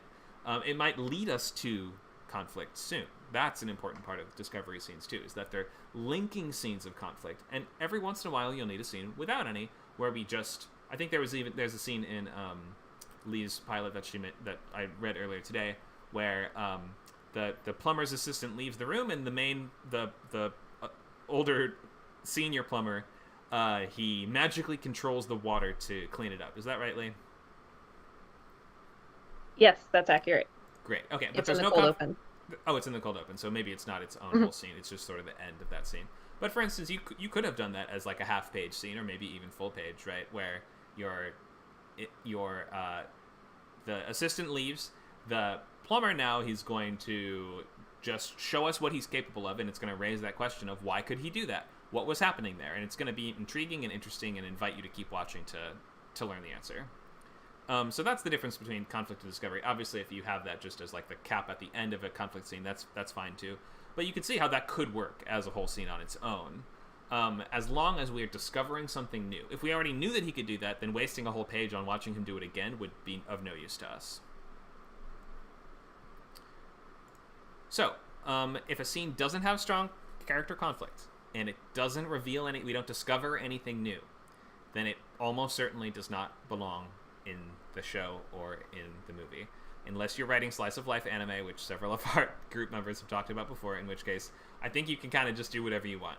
But if you're writing in the Western style of feature and TV writing, generally a scene needs to include conflict or show us something we didn't know before, or else it just shouldn't be in there. So just a couple last notes. Remember, scenes are going to be between 1 and 3 pages, and you can use my sort of cheat sheet method if you want to, of, pick 1, 2 or 3 to begin with, or pick 1 to begin with, and then add an extra page to that or to the outline for more than 2 principal characters, lots of dialogue, lots of action. Add a solid page. Was there one more thing in my list? Lots of dialogue, lots of action, more than 2 characters, or I think that's the main things. I may have had one more thing, but if you just imagine adding in a page for each of those, then that'll help you determine if your scene is going to be 1, 2, 3, or 4. Just keep in mind, if you have lots of people talking and lots of characters with different objectives, then scenes can easily swell to 4 pages or bigger, but that should only be you should only have 1 or 2 of those in the entire thing. If you're writing a half hour, a 4-page scene is almost half an entire act. If you only had 4-page scenes, you would have 3 scenes per act at the absolute most, so that'd be a problem. Start with action. Don't spend too much time setting scenery. Be succinct, get right to the point, and keep your tense active almost the entire time. Try to use these scenic details as a pacing mechanism between action rather than writing beat, beat, beat. Try to use stuff going on in the world to both build out that sense of atmosphere and also environment, as well as fulfilling the dual role of kind of adding pacing and timing to conversations. Okay, I will take questions on conflict or discovery scenes because that may have been new stuff to some students here. Does everybody feel like they have a handle on the 2 major types of scenes in dramatic writing? I see a thumb up emoji. I just had a question in regard to maybe a good way of thinking about it. Discovery seems to be moments of revealing something to the audience. It seems in some sense it's less about generating questions and giving answers in those moments. Is that kind of what separates those two? Conflict in some sense seems to necessitate, or conflict in some sense seems necessary to sort of create questions, or is rather a consequence of creating questions. I don't know. Am I thinking about it generally in the right way, or is that? Well, you can do both. You can create great questions in either conflict or discovery scenes, and often discovery scenes are going to be about, well, why did that happen? Why did we see that? Why did the camera linger on that? Right? Why did we show that? What is that actually going to end up meaning? So those can all be great questions that can be followed up on shortly, or either shortly afterwards or maybe way later. Just discovery scenes and conflict scenes are both going to create questions and just things that need to be followed up on or paid off later in the story. That's a good point. All right, thank you. Sure.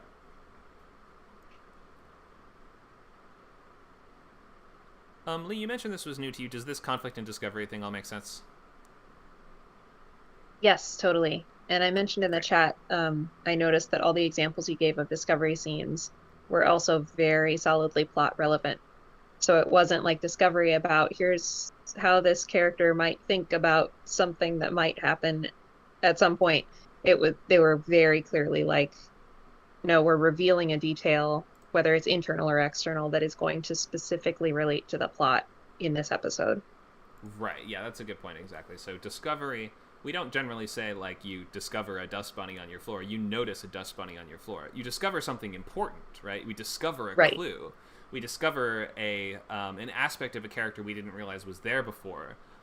We might, like, discover some new question or discover some new tactic or some new plan or some new obstacle. But those are all important things. If we're discovering something that doesn't matter, it doesn't really feel like a discovery. Right. Awesome. Thank you. Sure. So we're pretty much wrapping up. I've done these other slides in the past before, but if this is helpful for you, I can link this in the chat, and you can use this kind of checklist. You don't have to write out this checklist per every single scene, but if you're struggling with a scene, or it's not working, or you're just wondering how to start, then this slide 37 on this will just give you some, like, a framework to use. There's examples marked up on the documents following this. So on slides 38 and 39, there's a whole scene up to 40 actually. And then on 41, there's examples of scenes that are marked up with all these different aspects. So, who's the main character, frame what the scene seems to be about, build intrigue, ask a question, use tactics and find the fun, surprise us, get to the point, hit a strong end note and get out early, clarify what's changed and what is the emotional impact, then transition to the next scene. That's kind of a basis you can use for conflict scenes, and possibly discovery scenes too. But just if and don't feel the need to do it every time, but you can apply this in retrospect as like a kind of diagnostic tool to assess how to make a scene better if that seems like it would be helpful for you. Okay, so let me just open to any questions on anything we talked about today, or things that are going to prevent you from getting to your full set of scene cards by next weekend, same time. Last questions.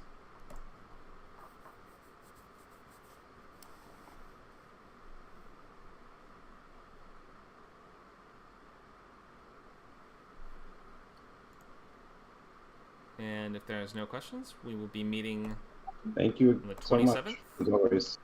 Sure, thank you for coming by, guys. We'll be meeting on the 27th, same time. We have 3 weeks of the class left.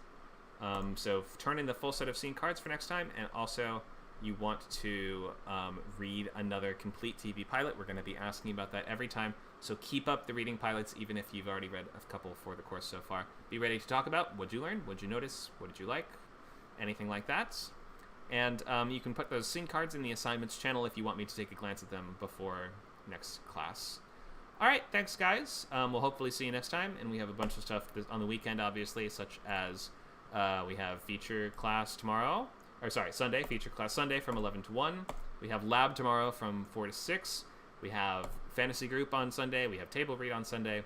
Plenty of things to do coming up, so we hope to see you guys soon. Have a great rest of your night.